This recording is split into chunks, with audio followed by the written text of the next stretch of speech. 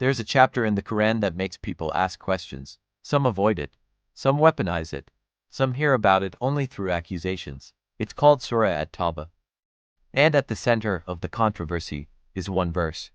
Chapter 9, verse 5.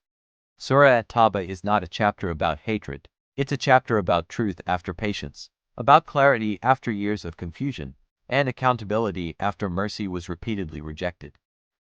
It was revealed in the 9th year after migration to Medina, around 630 CE. That matters. This is the only chapter in the Quran that does not begin with Bismillah Rahman Rahim. In the name of God, the most merciful. Not because mercy is gone, but because the subject is broken treaties.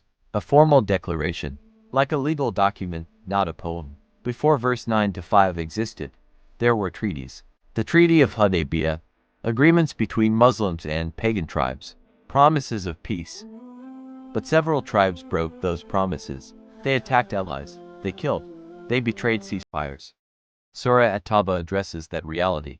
The surah begins with an announcement. Verses 9 to 1 to 9 to 3 declare the end of treaties with those who violated them. But even here, there is restraint. They are given for sacred months. Time to leave, time to rethink, time to avoid conflict. Now listen carefully. Verse 9 to 4 says something crucial. Except those who did not break their treaties, fulfill your treaty with them. So this surah does not punish loyalty. It honors it. Now we arrive at verse 9 to 5. This first permits fighting after the sacred months, against those who broke treaties and attacked. It is not a license to hunt people. It is permission to respond to aggression. Every classical scholar understood this as contextual. And immediately after, verse 9 to 6 says something extraordinary. If any of them seek your protection, grant it, and escort them to safety.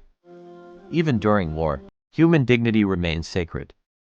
Surah At-Tawbah is not about violence. It's about honesty. It separates sincere faith from political convenience. It calls out hypocrisy. And it asks people to choose clearly. Neutrality had ended. Truth had arrived. When verses are stripped of history, they become weapons. But when returned to context, they become guidance. This applies to any sacred text. Context doesn't weaken belief. It strengthens understanding.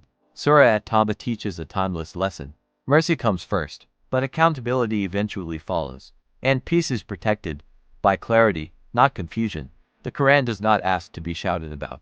It asks to be understood. If you value calm explanation over argument, like, comment and subscribe to the Qur'an Companion. Thank you for watching. You're a genius for staying up until now. This is the Qur'an Companion. Masalam.